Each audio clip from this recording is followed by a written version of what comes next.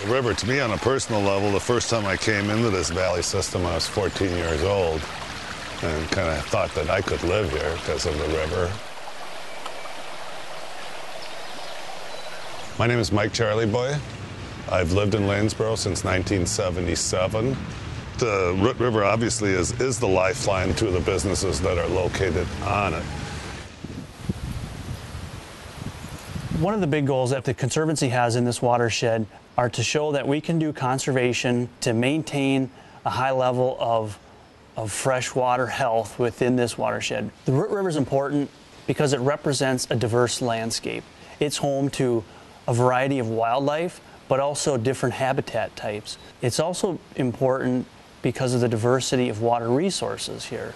We have warm water headwater streams, and we also have cool water streams, and we have cold water streams. Each of those stream types has different fish communities that live within it. But we also want to maintain a working landscape.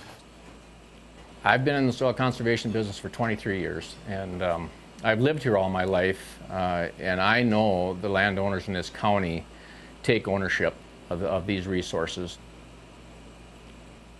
We moved here April 1st, 1966, and we moved from a farm we had that had a lot of rocks on it. So I told my wife we're going to sell it and get a good farm, and that's what we did. When Lowell contacted our office, he was having gully erosion down through the field, so we had a survey team come out and surveyed it, designed that waterway, and installed that grassed waterway to slow down the water. Before the waterway was installed, you were seeing excessive soil loss in the tons per acre per year, and once this waterway is established, it'll be down to zero.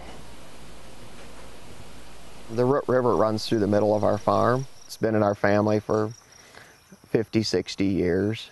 And we've seen an increased amount of flooding in the last few years. With the row crops, it would wash them out, and then you'd have the erosion and the dirt going down the river. And so what Matt has agreed to do, and we've found funds for, is to place a conservation easement on approximately 104 acres of floodplain, and we'll get it planted into perennial vegetation that will allow him to come in, take some hay off for his beef operation. That's obviously important to the farmer because it affects their bottom line. We can be proactive in how we reach out to landowners with an identified erosion or runoff concern and address that by implementing practices. For the Nature Conservancy and the partners we work with to be successful, we need to work together. And we have broad, diverse partnerships to do monitoring and to do implementation.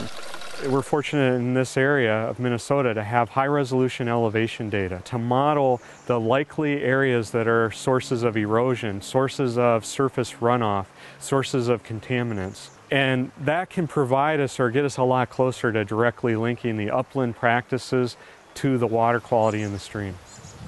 Holding soil, holding nutrients, holding phosphorus, nitrogen on the land, it's to the advantage of farmers and it's to the advantage of all who value high quality water. I mean, almost everyone that comes utilizes the streams in one manner or another.